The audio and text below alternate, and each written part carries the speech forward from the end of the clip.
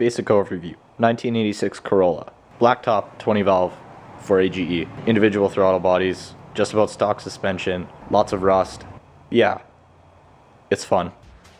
Hey folks, it's me, Jared here. Today I'm going to show you guys my project car. 86 Toyota Corolla GTS. Now, this car is a little bit rough, and you can probably see that by the state it's in at the moment and the amount of colors on it. But as you can see, we got the sweet Trueno Brett badge, JDM badge. This here is the kooky front bumper off a JDM Corolla. I also have a Zenki lip for the kooky bumper, which was on, but it was held on with wood screws, and I figured that wasn't going to fly. And I also got some fiberglass aero parts, as you can see, and those are so that I don't destroy my sweet, rare kooky bumpers at drift practice and stuff. So, I'll show you the exterior first. As you can see, I've got that Corolla rust going on, slash not going on. The rockers are solid for the most part, other than at the back. This car has been repainted, so I'm a little bit curious if there's anything else under here, but I took a hammer to it and no Bondo fell off the rest of the rocker, so I'd say that's pretty good. Rear arches have been cut out, as you can see, and I'm impressed that they haven't rusted back out. So I think whoever did this job was smart and is not the same person who did this job. So they're supposed to be metal until like about here. It's supposed to be nice, but instead it's like they hacked out whatever rust was here, didn't coat it, and just pushed the panel in so that the trunk wasn't quite as open. But I can still reach into my trunk from here. There was a fiberglass over fender on each side, and I took them off and then sold them. So now I guess I've sort of forced myself into making a new arch for the season and welding these holes shut, which will be sweet. There's that rear bumper. I've got a obnoxiously loud exhaust on it, which is nice for the 20 valve. I'm unsure of the brand. It came off of a friend's right-hand drive Corolla, and I have no idea what the brand is on any of my exhaust. I had a Fujitsu Legalis R on it, which sounded beautiful, but I just felt like I needed a bit more noise. As you can see, I've got some damage here from previous owner, said he got rear-ended. This bit is buckled right here, right at the edge of the taillight. So I bought another rear end. I also have some rust starting here, as you can see. I hope it's in focus. So this strut tower rust is the probably most concerning part of the car to me, because aesthetics are cool, but you know, having a strut tower not fall apart is even more cool. It's behind that panel there too, so when I pull my interior out, I'll probably drill all the spot welds out and grind as much off there or weld in new metal. This little bit here is going to need some new metal welded in. And I plan on doing a reinforcement on this tower because I want to run full rear coilovers. So I saw it in a old, what was it, hot version I believe, video. They were building Corolla for Suchiya, and he had that done. So I've got a couple of rear strut towers here, but they're not a whole lot better. Got some stickers. This hatch is nice. It's a, I believe this one's Cybon, or is it VIS? Yeah, Cybon hatch. Fits kind of poorly when it's closed, and it oxidizes super quick, so I want to get it clear coated this season. Some more stickers. This rust underneath the gas cap. This was just Bondoed over. I took a hammer to it and knocked it off, but I think from here back is metal. Same story on this side. Cut out, pretty nasty, and just sort of hack welded on right here. This arch is cut out as well.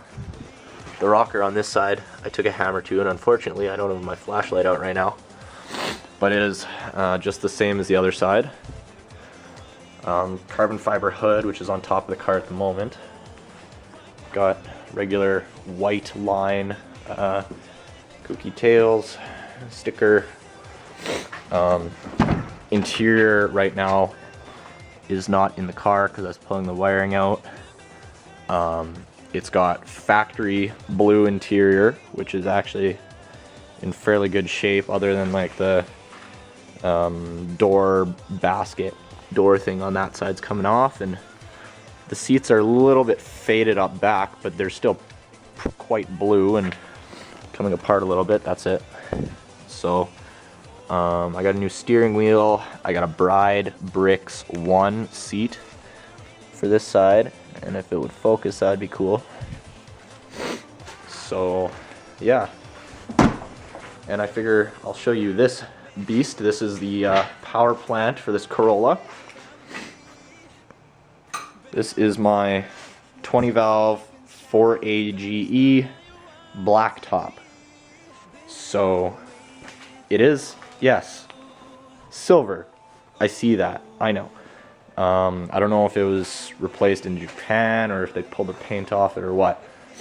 But it does appear to be a blacktop from all of the identification I found on it and from the ITBs and such, which I know everybody loves individual throttle bodies, so I'll give you that.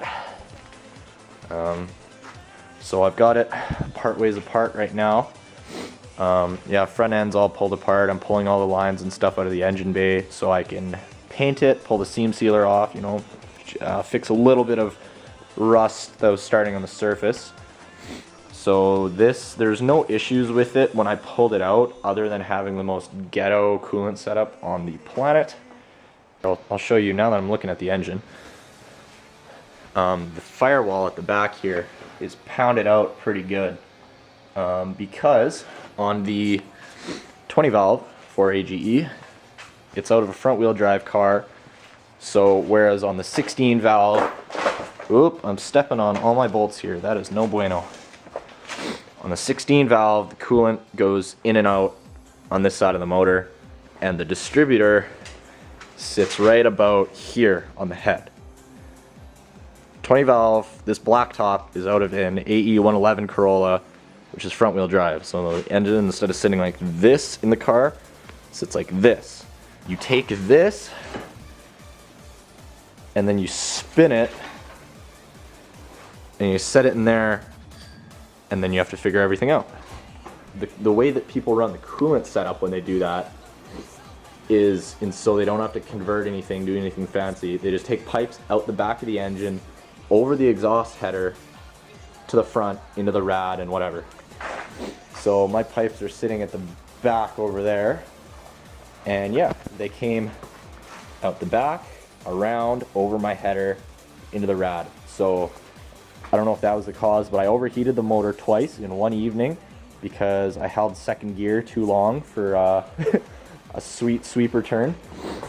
This sender, I don't remember exactly what it goes. It's a coolant temp sensor. I think it's for the heater. And that's just bashed totally off. There's no plastic left on it from hitting the firewall. So I'm gonna probably pound the firewall out a little bit more because I'm keeping my distributor. I got an oil cooler back here, just need to get some lines for it. This here is my first big haul of parts. I got a full engine gasket kit, OEM Toyota stuff. I got new water pump. This is the SQ coolant conversion, just right over here. So essentially, this part, this goes on the front of the motor. So this is your new thermostat housing.